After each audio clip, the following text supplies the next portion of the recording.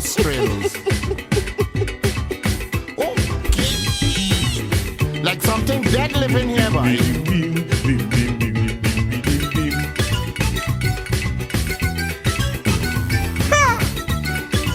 I'm going in. Up in Manzan, up by Bandan, up around Lime, we don't miss at all. Only 3 hours, we drinking, we sour. Land to Kaiso, decide to give him a call. We only knows and grrrt. Okay, let's grrrt.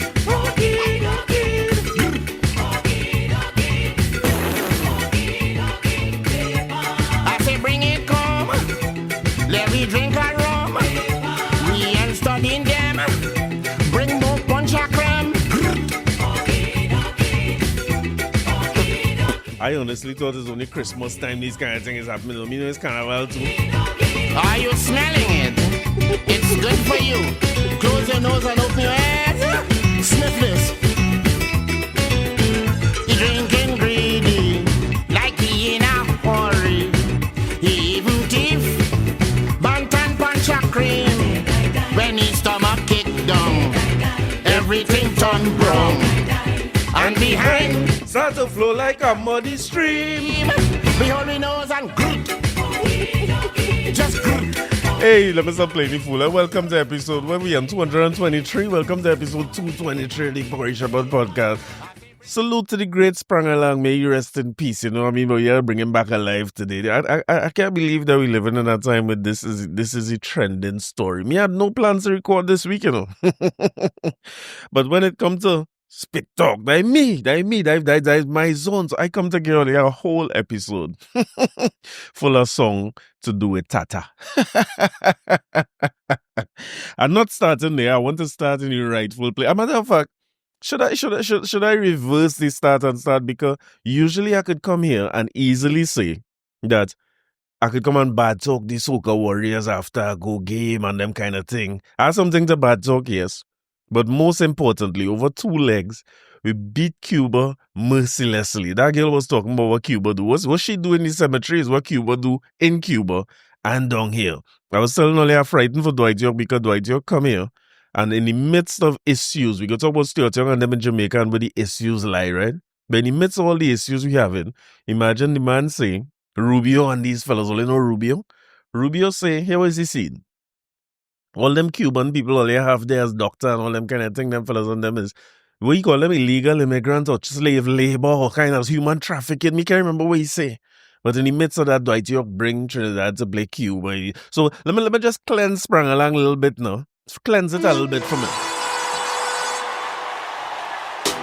Ladies and gentlemen, boys and girls, We back. and we're gathered here for the game of your life. Lovely. I want to see you put your flags up in the air right now. Sing.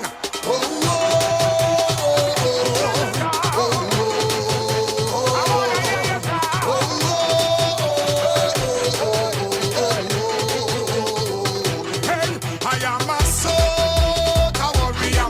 I say win or lose, I am a fighter. I'm a soca warrior. I come to shine my nationality brighter. I am a soca warrior. I say win or lose, I am a fighter. I'm a soca warrior. I come to shine my nationality brighter. We will attack.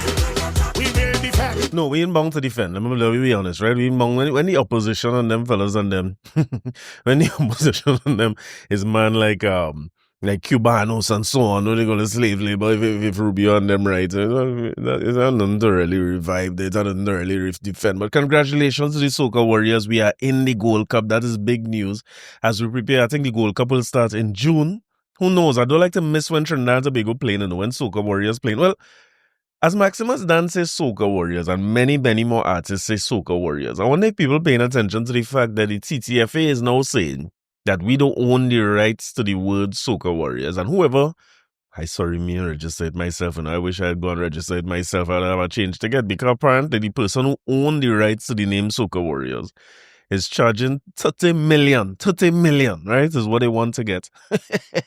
30 million is what they're looking for to be able to give up the name Soca Warriors. So apparently we look at, I see Rome, Jerome Priscilla on the radio the other day, or on his social media, trying to help us find new names for the Soca Warriors team.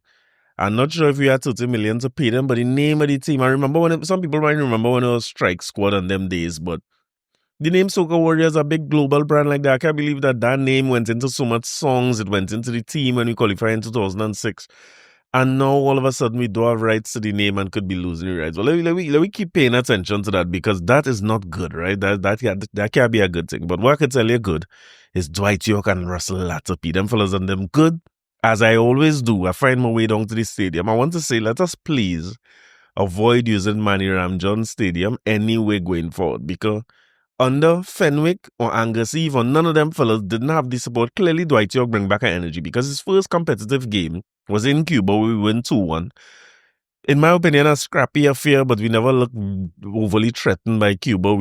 They went up 1 goal, which was a bit, matador kind of defense on them fellas score, but we had them on the back foot the whole time. It's a few youths there on the team that I like a lot. I like Spicer. I like the way he looking going forward. He look real dangerous. And some more attacking players. I see Joven Jones there. And we didn't have a full-strength team in Cuba, and it showed when we had a full-strength team in the stadium here. Now, I'll tell you that even though I went to the game, I hear somebody from Cuba get set off in the first few minutes. And I hear we was up 3-0 because I spent nearly 2 hours in traffic. I put it in Waze, right? And Waze carry me. It's a man here singing about being the traveling calypsonian. I feel like everywhere Rio calling that song is where I had to pass to reach Manny Ramjohn Stadium.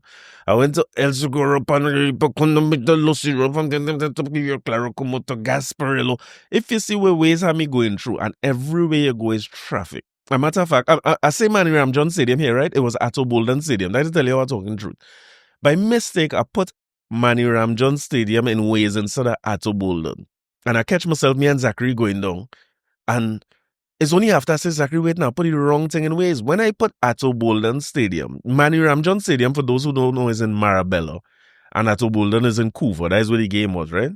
So it was telling me 40-something minutes. This is when I done past Charlieville. It's telling me 40-something minutes to reach Manny Ramjohn Stadium. So I tell Zachary, I said, God, boy, when I change it to Atto Bolden, you know the thing changed from 40-something minutes to an hour and something, which means it have more traffic to face when you reach down by the stadium. And me and know which part I end up in the back of somewhere, but somewhere along the line, I see I in a little village, and it's about 1.5 kilometers. I say, Zachary, boy, better we pull up in front of somebody else here and walk. I know if it's Calcutta number 1, 2, 3, 4, or 5, but I park there and I walk into the game.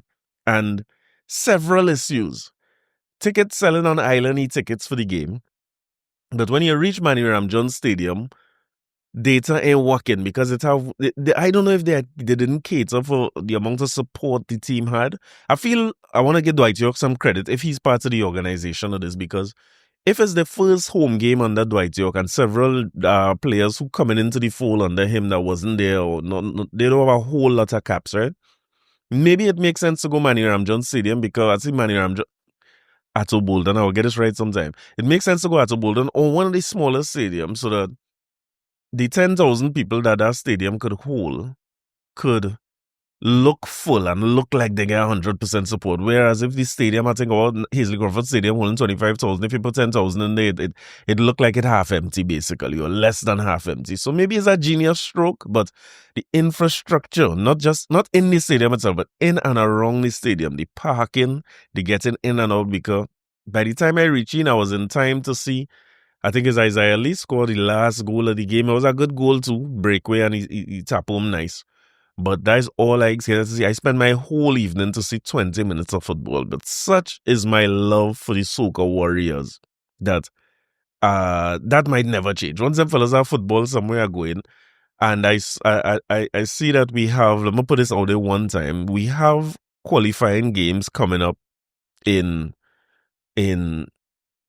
July. That's World Cup qualifiers, which is going to be a bigger deal, if you ask me, a bigger deal for fans than the Gold Cup qualifying.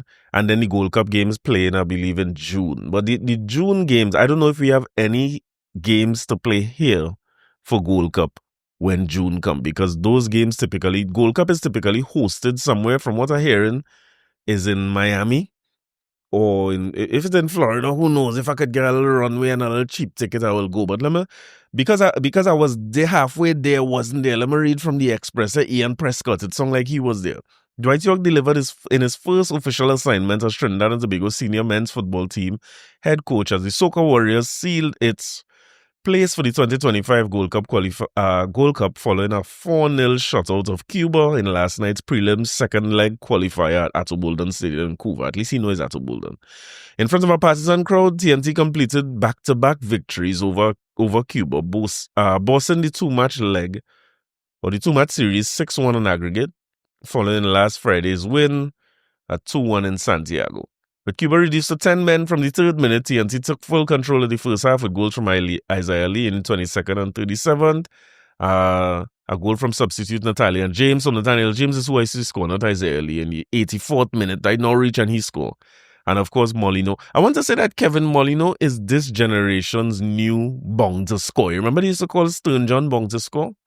Well, Kevin Molino is a new bong to score because he didn't play any first leg. I don't know if it was injury or what. But by the time he gets around to the second leg, he was in charge of things. No, unfortunately, as a man, I consider myself a good little talker when it comes to Tata and Lal and thing. I like them kind of talking. I feel hard to beat when it comes to them kind of talk. But I didn't expect to have to do a whole episode or a whole segment or portion in that episode talking about somebody. So for people who not big on the social media.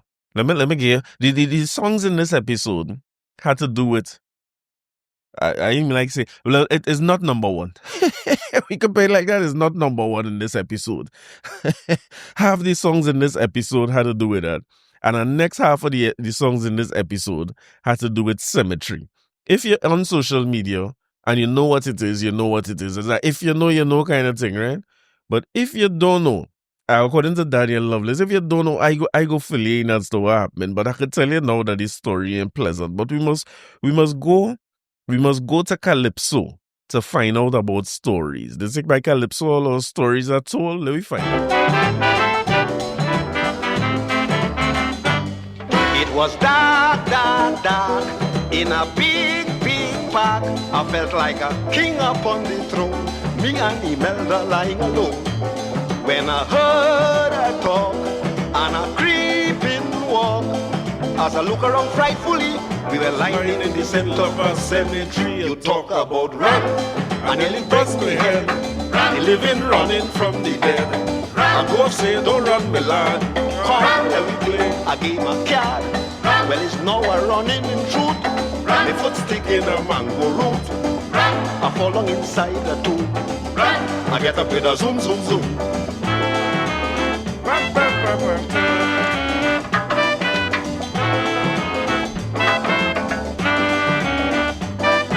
What had me sad and really mad, I was just about to start a little romance with me sweetheart. I kissed her twice, just feeling nice, when a voice said, Mister, you brave to be bringing your girlfriend on top of me grave. You talk about run, and nearly bust me head.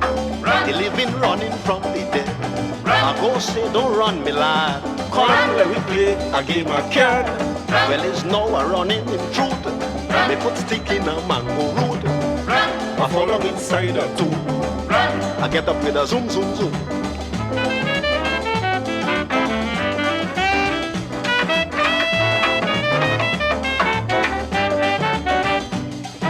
The scream I make, I show the whole world shake. I'm now in big trouble. This time I see the devil. I see a tall white horse on top of a big black cross. As I ball out, oh God, my dead. The horse say, kids, come go to bed. You talk about run, I nearly bust my head. The living running from the dead. I go say, don't run me lad. Come, let me play a game of card. Well, it's now running in truth. The foot stick in a mango root. I fall along inside a tomb. I get up with a zoom, zoom, zoom.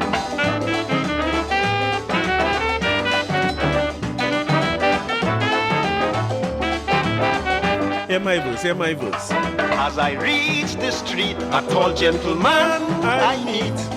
I was feeling so happy to tell him my pride in the cemetery. He said, I can understand. You're a wild young man, but still you not to be blamed. When I was alive, I was just the same. You talk about run, and nearly bust my head. Living running from the dead. Don't say, don't run the lad. That Kaiso for everything. You know, the great Lord Kitchener, Love in the Cemetery is his song, right? For people who say I don't tell them what is his song and all these things, right? So let me read, because people who might be up to date on the story mightn't understand. I'm reading from Live Zone. They're saying a now deleted social media post, TikTok influencer Gabrielle, what they call it? Fequire? It sounds like something, rhyme something to me. Gabrielle Fequire, you might have a U in there, said, while participating in carnival activities, I literally had to poop on somebody's grave at one point because the party was really going on. There was literally nowhere else to go, and I had to go. So I literally crawled into a freaking grave-like crypt to go number 2 because I didn't know what else to do because I was literally stuck in the middle of the road. Thousands of people everywhere. That was the only privacy I got, really. After feeling the wrath of Trini social media, Gabby took to TikTok to apologize. Before I read further, I want to tell you that the apology worse, right? You know, people say it's not the horn, it's the echo. Well, boy, listen, her echo was way worse than the first one. She said, first of all, I never desecrated, disrespected, or did number 2 on anyone's grave site or burial site. I should have been more clear in my other video. I don't want to play the video, because it's bad, but I want to go back to what was said in the first video, quote unquote from Live Zone. I literally had to poop on somebody's grave at one point because the party was really going on. So I crawled into a freaking grave crypt to go number 2. But in the apology, she say I should have been more clear. Gabby! Gabs, I didn't think you could be more clear than that. We hear you loud and clear the first time. We didn't like it the first time. We didn't like it the second time. And a few things I want to cover here, right? This word literally. What literally mean to you? When you hear literally, right? I want you to think about what the word literal means, right?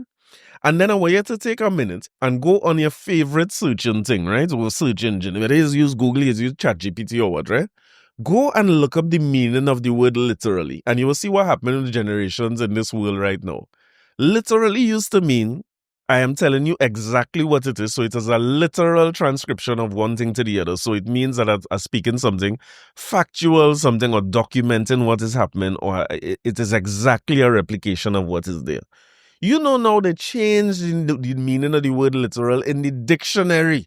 Lord and Savior dictionary. The word literally now also means that it could not mean the same thing. So literally means 2 things that opposite one another now. If you don't believe me, go and check it for yourself. And that is because of the way the word used now. Because over time, the dictionary and them thing meanings has changed over time, right? And they had to update with the way language update, right? And because so many people talk, younger people, I will say, all the generation, when all they talk, they say literally to mean things that absolutely untrue. So they say, but I was literally running at 100 miles per hour. That is how language build now. So when she says she literally went into a crib, maybe she was using the newer version of literally now. But where I don't believe she, as a man who grew up in plenty cemetery in my time, remember I always tell you about, we used to go and fly kite. When I say kite, I mean regular, like kite, mad bill kite. Don't get no ideas in your mind. We used to go and fly kite in the cemetery. We grew up playing cricket in the cemetery. A matter of fact, when football was in the stadium where it was supposed to be yesterday, I could have walked, we used to walk through the cemetery, walk down the road, go and watch the football, and then walk back through the cemetery. So come on, who making all that wrongs and all them streets? I'm talking about the cemetery right next to the gym sector.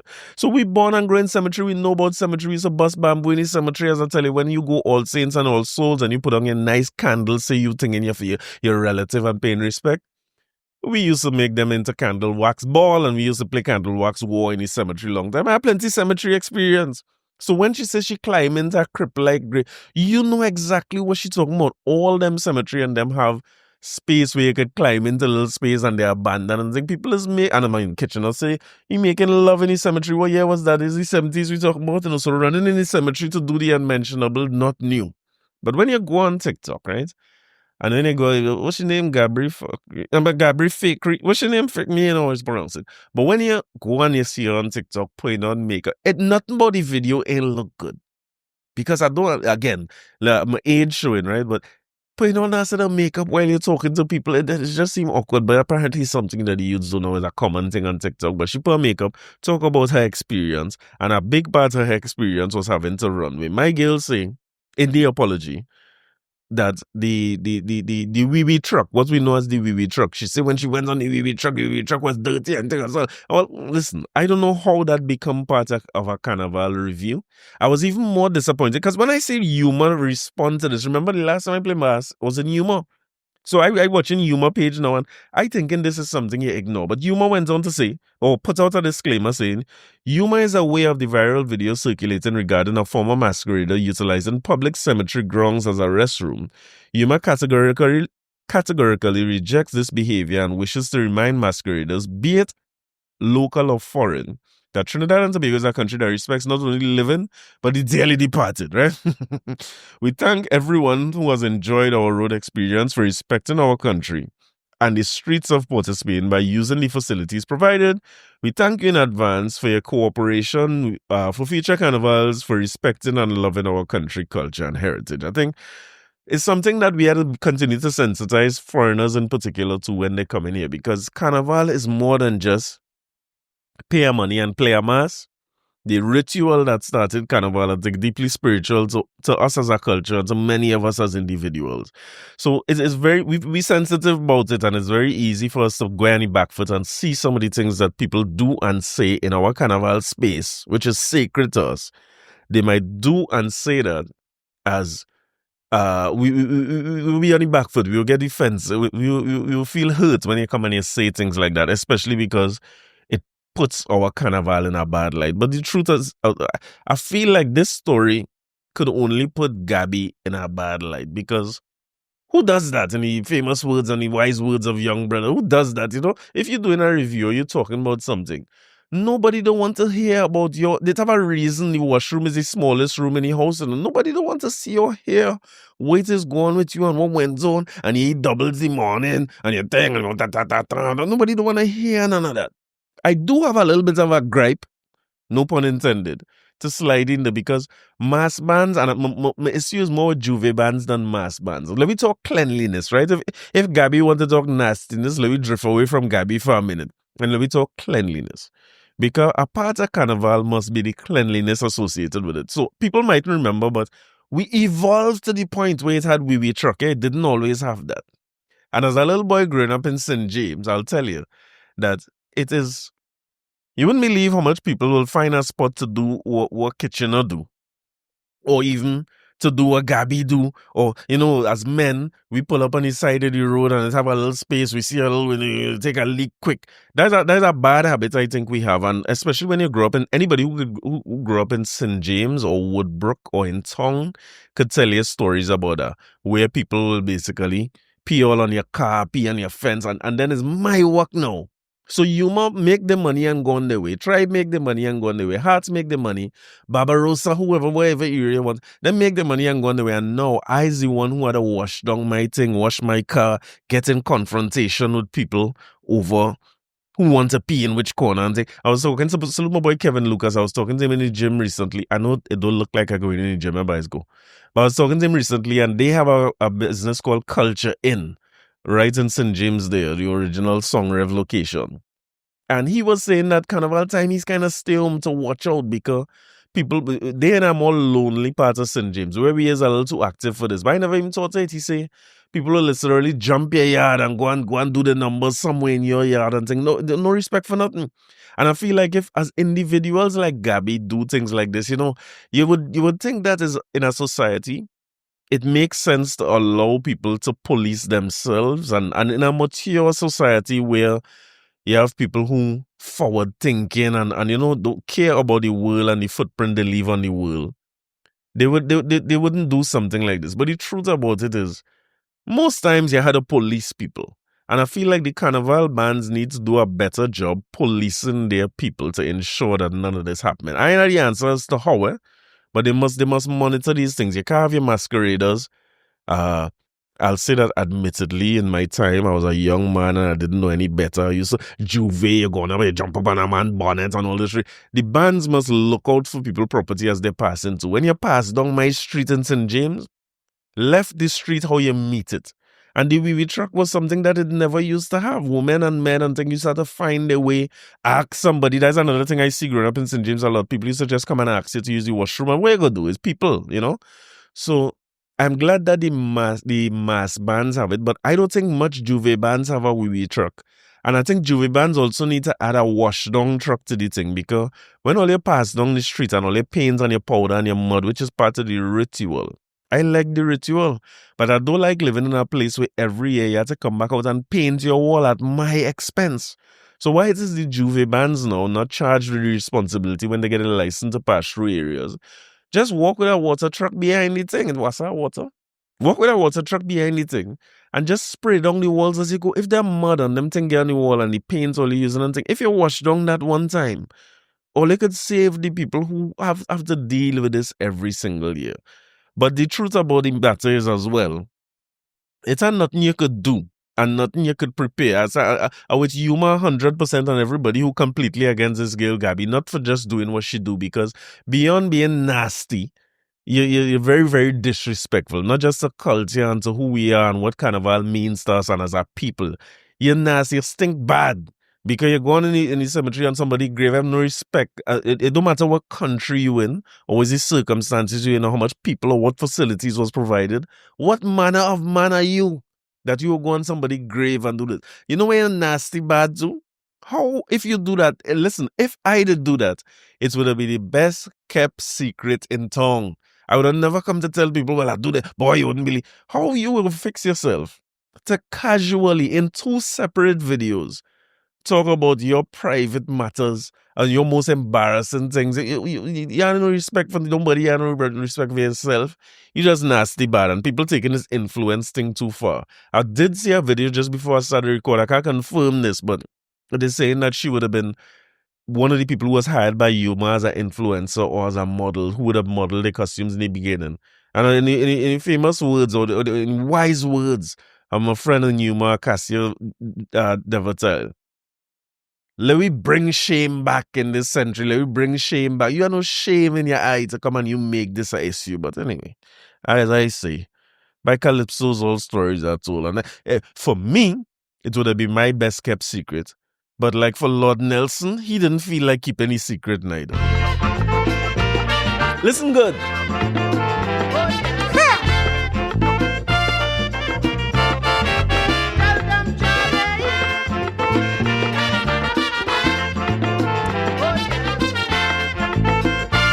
Listen to lyrics in Kaiso number. This happened to me going home from New York City. This happened to Nello flying from New York to Piaco. I had a glass of milk at Kennedy and I didn't realize it was spoiled. 15 minutes after we take off, it attacked me like castor oil. I was not uneasy, neither was I scared. From where I was sitting, I could see 2 toilets ahead. So then I get up and I winded my way. Vanello almost cried when the hostess told me, sorry sir, they're both occupied.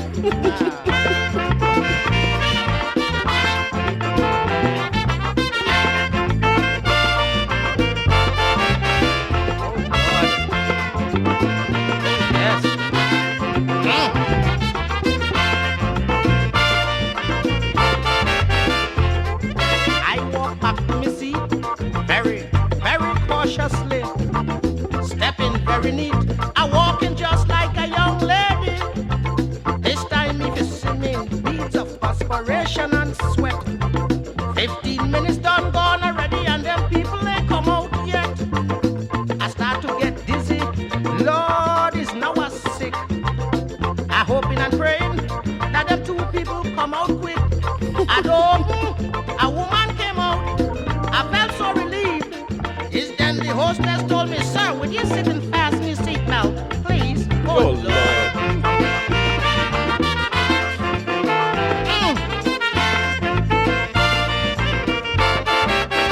Help me, Charlie.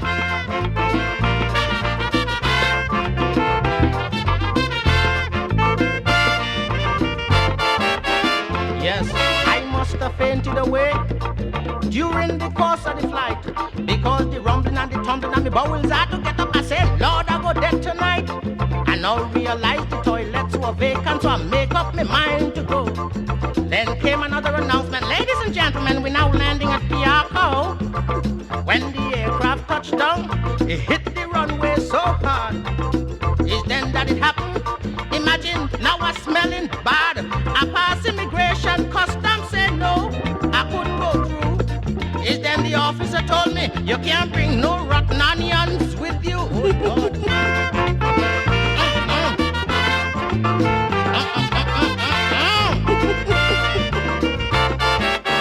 Help me, Charlie.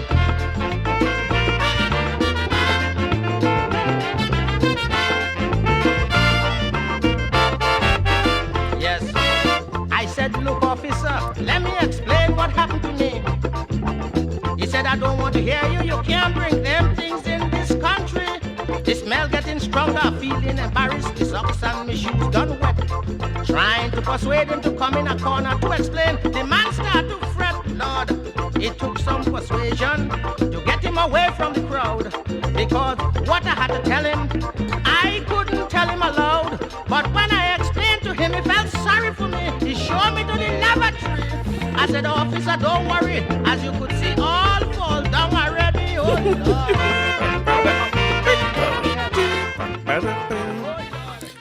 Nello say when you gotta go, you gotta go. But I have a message if you go humor me a little bit because you come to talk about you going in the morning and you eat doubles and then the day coming.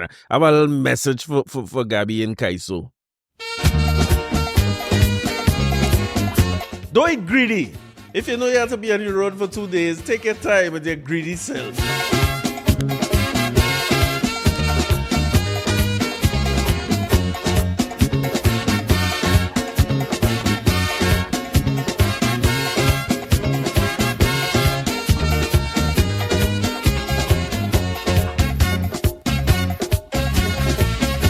They send me down like prophets of old to cool this tongue, keep it more control.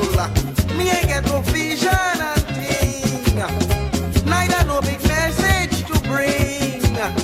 All they tell me amen, as a Kaisonian, go and sing this song through the land. Message for she. Keep singing every day, remember, mommy said, What's sweet in good mouth, the sour in the bam bam. but if you fly high, same thing does make you cry. What's sweet in good mouth, the sour in the bam bam. Little bit of treasure, little bit of pleasure. So you take, and you take, and you take, and you take. Mistake. What's sweet and good mouth, the Sour in the bam bam. alright.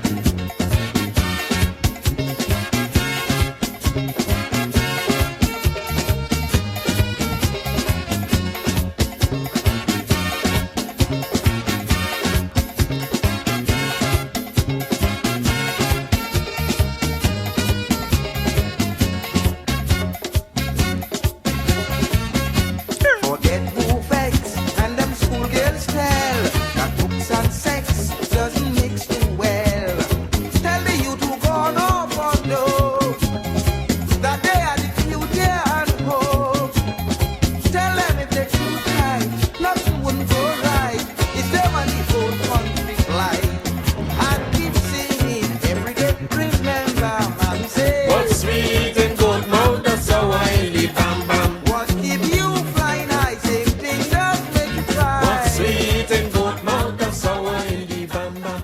My mother and them used to tell me, not because it's free, you go just eat on all. Not because it's free, you go eat on all. Take your time, Gabby, and have a little more respect. Listen, we getting visa to go England. I want to talk about some strain we might face from the US just now. I see both rollers. Well, rollers are the questioner, but both rollers and Mamma Mia say, and what's the man named in St. Vincent too? Cartel and young brother partner, Ralph Gonzalez. He said to take away the visa, you know what I mean? I'm bound for no visa and thing. I want to tell them slow down a little bit because they don't live all their life and do everything all they have to do now is about take away visa. I understand the stance. But because everything free, you see. We had to put on we foot on who come in here for Carnival and what they could say and who we call an influencer or whatever we call them, right? But In more news here, right? And more serious news, more serious matters, right? Because I mean, Gabby is a ISU, yes, but we faced an ISU here where the excrement could hit the ventilator, if you understand what I'm saying. I've heard from Loop News here. Trump says countries that buy Venezuelan oil or gas will face a 25% tariff. Now, I've been meaning to talk about tariffs here, right? When I do a course called International Business or Globalization at master's level, right? We spend a lot of time understanding the relations, the business relations from one country to the next and how government's involved with that. So because in an MBA, you're really telling people you're trying to prepare people to be able to run a business or make decisions on behalf of a business or corporation. So it's important that I explain to everybody or everybody on the same page with you where international relations is concerned, not from a governmental standpoint, but how businesses interact with one another. For instance, you have a company here called BPTT. Them fellas is a British company, but they operating in Trinidad and Tobago. Somebody who come here to start up the company, or the people who run an Exxon in Guyana, examples. You face a lot of cultural issues with managing staff because you can't manage Trinidadians like if there's British people, or you can't manage Russians like if you understand the same way you would manage somebody from Jamaica. Those cultural nuances matter, and how you relate to that staff is always going to determine your success. Along with things like culture, they have things like the issues between countries. And part of the issues between countries is typically how does one product move from one country to the next? A lot of times businesses would love it where I could just buy whatever I want from wherever in the world and make my thing and sell it, right? So let me talk about the most basic business here would be a suitcase trader, right?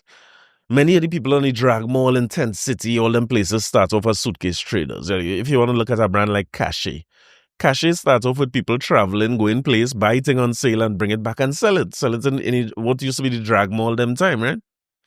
Now, there's an issue with that because every government has a responsibility or they're under pressure to manage the business relations, the domestic business relations. So if you want to say you have a government in power now, the businesses here, big and small, will be putting pressure on the government to say, hey, I want these conditions so I could operate and manage a business successfully. Again, the government heavily dependent on the tax.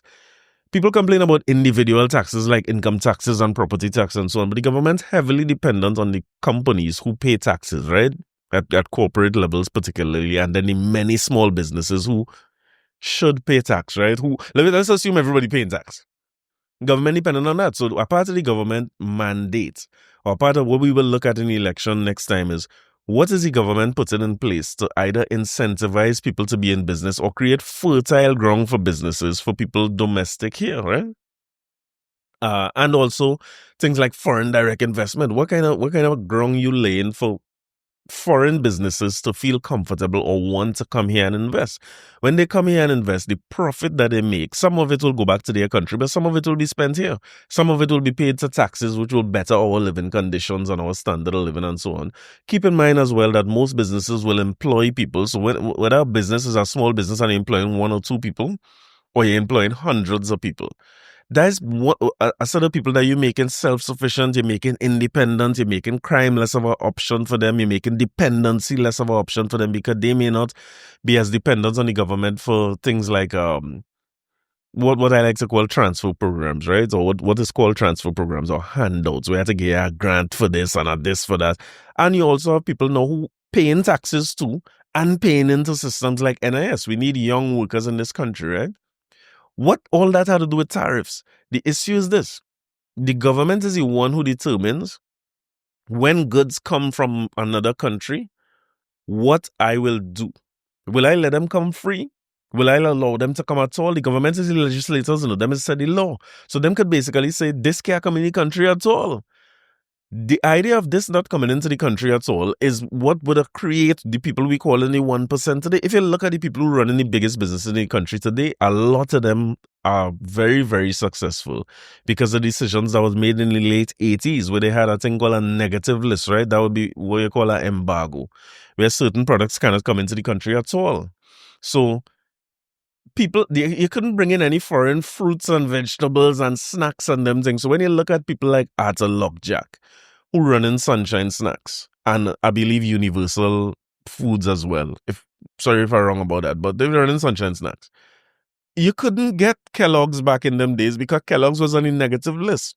It is a positive thing. I mean, everything about upside and a downside, but it's a positive thing for the domestic businesses because if you were to allow Kellogg's to come here free, because of the size of a company like Kellogg's, their cost per unit to make a box of Frosted Flakes, it's low. So what they could do is potentially sell at a cheaper price here, if they want. And basically, let me say Kellogg's costing you a $5 them time for a big box of Frosted Flakes, and then I get my Sunshine Snacks. Kellogg's so big, they could even absorb losses because it's a global company. They could come here and say, well, all right, I go get you Kellogg's Tony the Tiger, and then I could sell that for $4. And now Kellogg's, our domestic company, Sunshine Snacks, can't make no money and run them out of business. Which, I mean, business is cutthroat thing. Business enough, there's not tiddlywinks, it's brutal.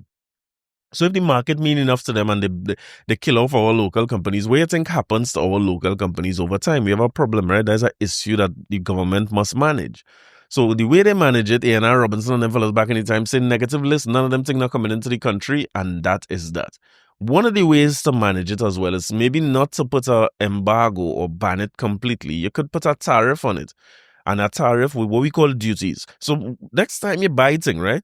And you get by Caribbean Airlines, we have some Skybox now, Caribbean Airlines or WebSource or who's the next one, Aeropost or whoever you get from, right? Watch the breakdown. You go see something called duties, which is 25% or 20% in most cases. And they will tell you as well, budget to budget, you might hear some things duty-free.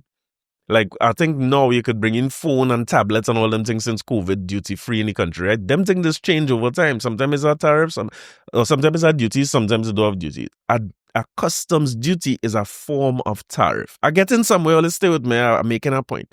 A customs duty is a form of tariff.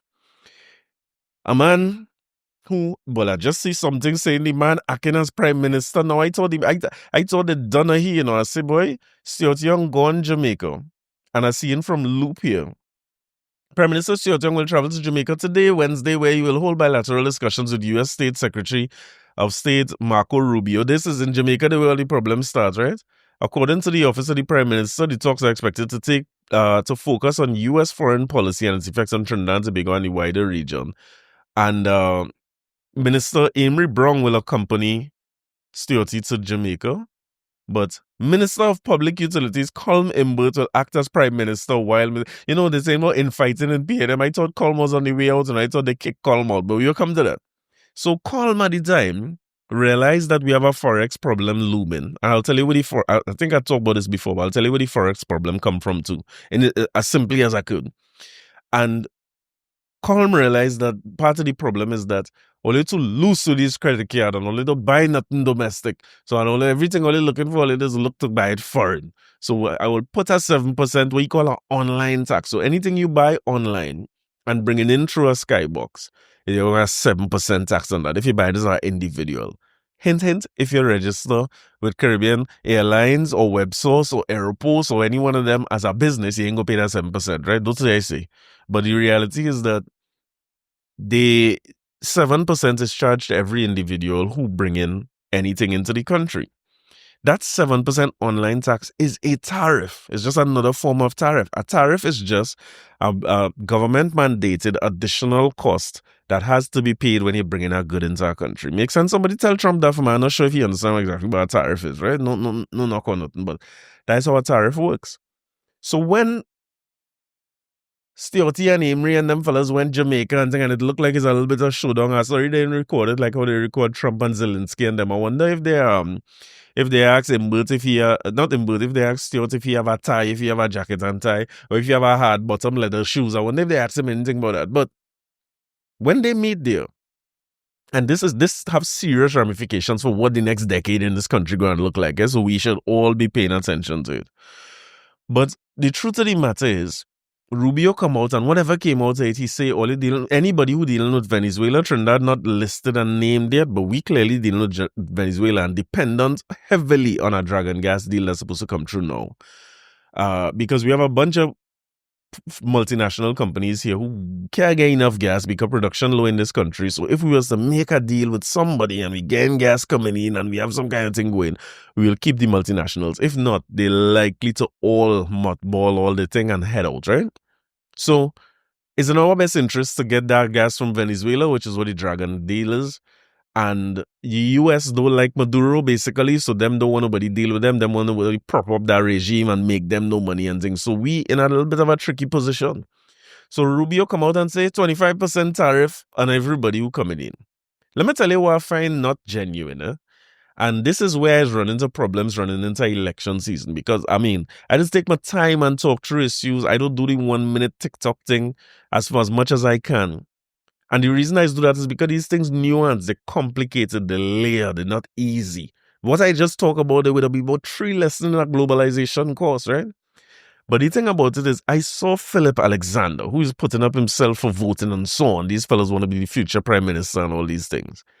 And I saw him make a video in response to Rubio's claim. I'm agreeing that this is a serious matter and all parties that want to be elected should be discussing this. And I want to hear, what is your plan? I'm talking party in power, as well as all the other people who putting up this, maybe except Kizel Jackson. Everybody else, I want to hear, what is your plan? And what is your policy? And what does your manifesto say with how you're going to deal with this if the Dragon gas deal come true? And then the US responds, because tariffs is not the only way they could respond. That's why all the rest of them talking about taking away visa, because they could stop Trinidadian nationals from going to the country. Remember what Britain do recently? Britain say, hey, you'll let apply for visa here. And that is punto final. They could decide how goods and services or people move to and from their country. This regime they have in the States also seem to be making decisions about naturalizations as citizens and so on. So all your uncle and thing who send barrel, I hope you know all them barrel and thing, you have a room for uncle. Because if thing goes sour and they send back uncle, it's by you he come in, you feel he's on all them barrel for free. Keep this in mind. So I would love to hear from the people who are running for elections now, what they plan to do, whichever direction this thing goes, right? Reasonable statement, right? But I hear Stuart Young, who's one of these people, come out and say, they put a tariff, and Stuart don't know what he's doing, and this is all the thing, and I left for P&M, and Rowley had to go, and there's, you know he's talk, right? But one of the things I am saying is that when they put the tariff, the goods that you're buying from the States and all the things you like to buy online, and when they go up, I say, but wait, that is not how a tariff works. I want to believe that Stuart know that too. Have I assumed people who know better and preaching? Have I assumed that? No, but maybe he don't know. Maybe all send the same now, so he could understand how it works. But when the US said they put in a 25% tariff, they basically saying that anything they import from Trinidad and Tobago, they will put, whether it's an online tax or duty, whatever. So anybody importing it go have to pay an additional 25%. So the people who, let me tell you, who will be very worried about this right now, right? You see Caribbean people, who the US is a big market to them. You see SM Jalil, who sell all the chubby and thing in Walmart and thing. You see Sasha Cosmetics, them fellas on them, they're worried right now. People like Bertie's pepper sauce, Royal Castle pepper sauce, all those people who exporting things directly to the States, and the US is a very big market to them. Whenever Stuart come back, or they might be doing it with Colm now if he acting, them fellas calling and say, oi, what is he seeing? Because what happens is that, and this is where I'm feeling like Trump, I don't know if he understands how tariffs is work, because he seems to think that the Trinidadian companies pay the tariff. What happens is, if I used to pay $5 for my bottle of Bertie's pepper sauce, the person who imported that pepper sauce, right? Let me say is a grocery on Flatbush. It have a Korean store on Flatbush, and them is bringing pepper sauce and sell. When they now was bringing in pepper sauce for $4 and making $1 on a bottle, and now they put a 25% tariff, meaning instead of buying it for $4, he had to pay $4 for the thing to Bertie's and pay $1 to the government for bringing in something from Trinidad. So now he costs us $5. He cannot sell that pepper sauce at $5 no more. So what will happen is he will move that to $6 to maintain his $1 profit on the item. So which means I, as a Trinidadian who living in New York, now who like my little Bertie's, all of a sudden I facing $1 more on the Bertie's product at minimum, right? Usually $1 more in most cases, or whatever the profit margin was, it passed on to me, because the burden of the tax when it comes to things like tariffs and so on is usually passed on to the consumer. How much of it is passed on is determined by market conditions, but in a lot of cases, is 100% of the burden is be passed on to the consumer, if so little, right? So what happens is then I start to use Berties a little less, or wait for when somebody come in to go bring Berties so I could avoid and duck the duty, which is illegal, right? You shouldn't do that. You should declare it and pay the duty, right?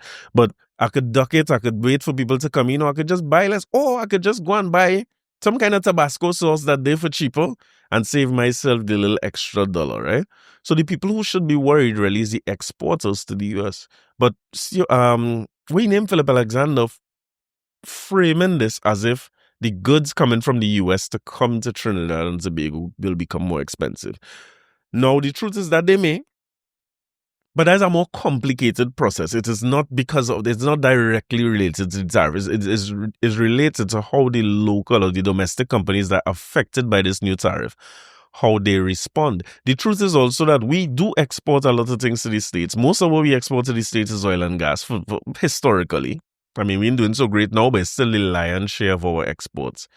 But we don't own the oil and gas that we have, and then oil and gas is price takers. Those are commodity markets where the price is determined globally. So there's no one firm that could say, well, if I think I go sell it, the gas more expensive. So in other words, I'm not sure what Philip Alexander talking about, but me the brightest fella it's ever had.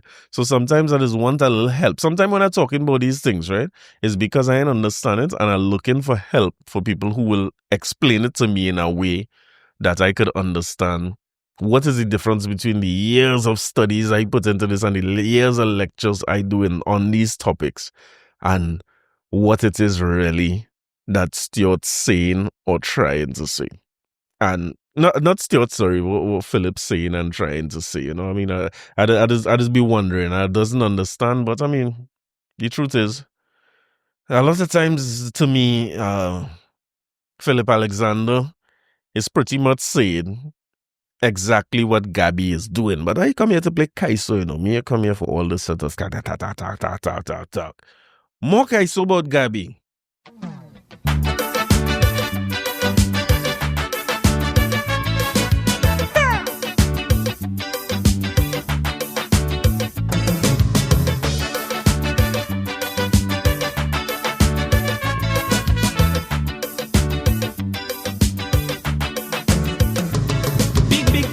Up in Valsin, rum and roti flowing like rain. Big bush party up in Valsin, rum and roti, scotch and champagne. Big doctors, big ministers, big lawyers, big professors. For some mystical reason, the roti was flavored with rat poison. It was a big shot party. Big shot party. Shot in pan, shot in sand, shot in hand, a big shot bambala. Big shot party. Big shot party. The party was packed to capacity, with big shots in a variety. Expensive toilet facilities, such as Rolls Royce, Porsche, Mercedes. I see a big magistrate insanitate a sanitary plate. Then a bald head judge take off the hat. Cause it was a big short party. Big short party. Shot in pan, shot in sand, shot in hand, a big shot bambala. Big short party. Big short party.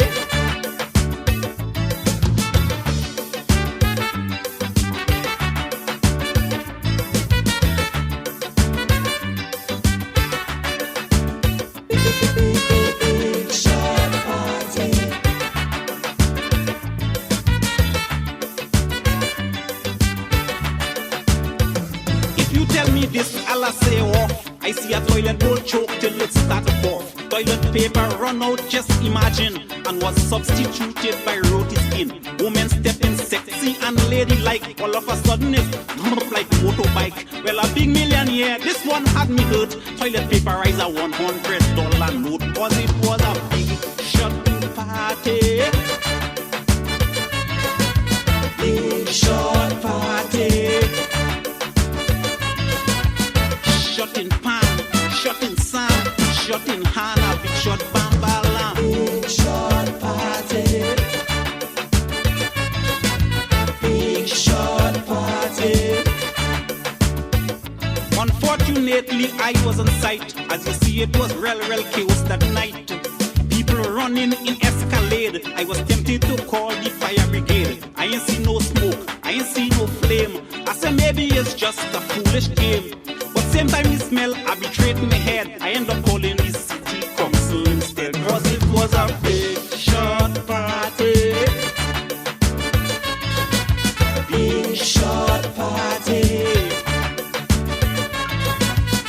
Shot in bar, shot in car, shot in jar was a real shot-orama. Big shot party.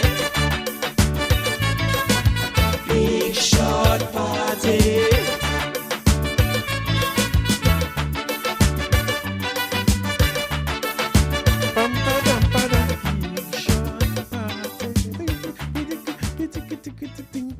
Big shot. I mean, I gotta tell you, it's Calypso, you're right. Big Shot Party is the name of the song. So, certain them fellas in Jamaica, and Jamaica again is a very, very important, it is a critical time for us, right? Because we hinged a lot on this dragon deal. I'm hearing a lot of the political parties, including the one in power, very, very focused on what happens with this dragon deal, whether it work or it don't work and what go happen and so on. But what I find is that the party in power who putting themselves back up for election, the focus of the discussion is on, I guess you have to stay positive and say the dragon deal go work and you go do everything and do not to work. I would love to hear them talk a little bit more in their manifesto and in their campaign. I would love to hear what is the P&M plan if the dragon deal does not come true. It does sound like if they're discussing a lot of secondary planning, they're very much hinged on this. I would like to hear from the opposing parties or the parties who vie in for it, particularly the UNC. And really everybody except Kaiso Jackson. I would like to hear from them as to what the plan is going to be if the dragon gas deal come true, or if it do come true. If they both could kind of give me an idea where it is they're heading in this country, you know, give me the upside if it come true and know we good, if it do come true at all and no things bad. Let us discuss that a little more and let us discuss a little less about what PNM do and the UNC do we and I don't care about the them versus we and them people versus we people and the things that appeal to the base. What I really care about in terms of where my vote will lie is what are you all going to do? If we get this deal, what's all the plan? If we don't get the deal, what's the plan? I would love to hear that from both sides. Or maybe it's wishful thinking. So the reality is that with Stuart and them being in Jamaica, I heard Stuartie come back and one of his first areas of focus was basically getting the banks together along with the central bank. Odd move if you ask me, but getting them together to talk about the small man and accessing US dollars, because now we have to go and watch the Soca Warriors play in June, right? So US dollars go be important if we have to go over there, right? But number one, I'm not sure, like from a priority standpoint, I'm so worried about this thing with the dragon deal and then our relations with the US, which is our biggest international market. That I wonder how much of a priority it is. But Stuart walking, Stuart everywhere. Stuart in Cambule riots, he was in football. He's a man, he boots on the ground. He going. And they doing that, I must commend them because it seems as though he going and take a different approach with social media, which I see in the opposing parties doing much better than them at. But it seems as though he embracing social media a little more. But the issue with the foreign exchange have more to do with the fact that we are in oil and gas. And we're not earning as much foreign exchange as we're making. By far, there's a bigger and a growing gap between the two. So we have less US as a country. The government responsibility is how they're going to distribute US as well. So I could understand the discussion around distribution and whether the distribution is fair, because the average man feel like I can't get 500 US to travel, but people getting millions of US dollars to do this, that, and the third. So I'm not sure if his discussion with the banks is built around the making sure that the distribution of US, because that might be the only thing we have some control over, how much is distributed. And as he say, how much could end up with the small or the average man versus big business, or, you know, there's accused PNM a lot of defending the 1%. So I wait to see what comes out of that, and if it really, how meaningful it really is. But listen, as I show again, I didn't plan to record today. I have a few tunes to leave all you with. I know the episode short. I will figure out the recording by myself thing soon, right, where I could get back to my kind of length of episode. But as we talking, as Gabby carry in a place, she carry down so, but she also carry in some places that I like it. It allow me to go and dig up some tune that you might know or not know, or that you might have heard or never heard about. Both she kind of thing and this cemetery. I want to play a few for you before I go. This one is Kitchener, Boss in the Cemetery, you know it?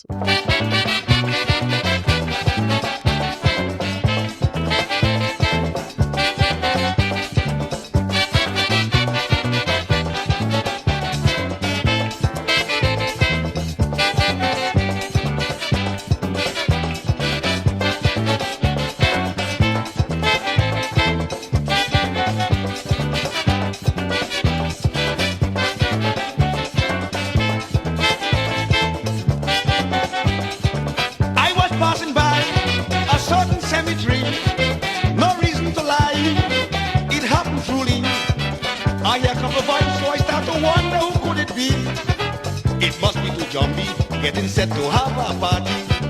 When I reached the spot, believe it or not, I was so confused to see I could not believe I was so deceived when I saw the young lady. I hear, oi, I hear, shut your mouth and take it cool. I hear, oi, Johnny, I hear, darling, don't be such a fool.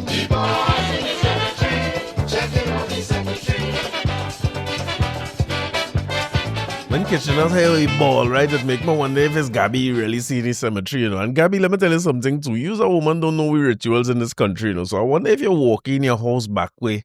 That's something you're supposed to do when you walk through cemetery and them kind of thing, So be careful how you go in putting Trinidad in a bad light when you don't know the rituals that we are accustomed to in this country. Last but not least, I want you to spare a thought for next year Carnival. When you're going jamming people cheering on the streets. When you're gauging something and you're lining it up, just remember that it's something you're gauging. Could have just come out of the cemetery. I can't shake the thought after I see Gabby talking about this, because I start to flashback to every carnival I ever play and every jam I ever take, and I start to wonder, did I get wiped down in the fet? I want to leave all you with this one. My favorite soca artist of all time.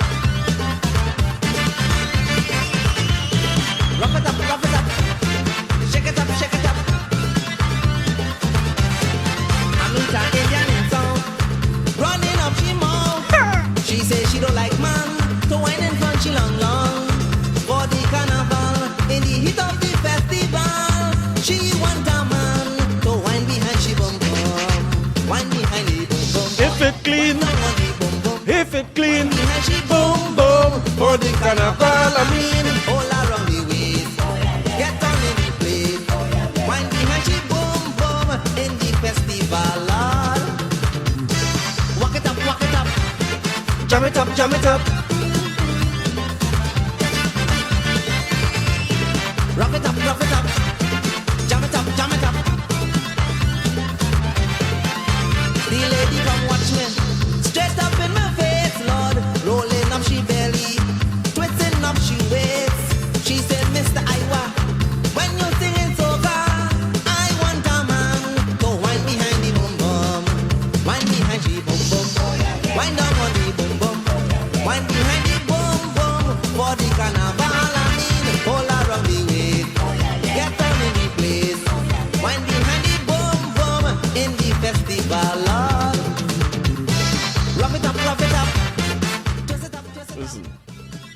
I'm leaving all in there, you know what? Don't forget the image that's in your mind right now. I will say it's boom time, go and live and enjoy your carnival. But again, Gabby, you're nasty very bad. Because I know you went and wine on man after you come out of cemetery. Is a nasty woman. You know what I mean? We don't deal with that in Trinidad and Tobago too well. But listen, episode 222 in the park. I go be here and I will talk to you next week. Bye. Look out for more interviews and things. Make sure you go and check out Eddie Charles and have a special one coming out next week for you too. Bye.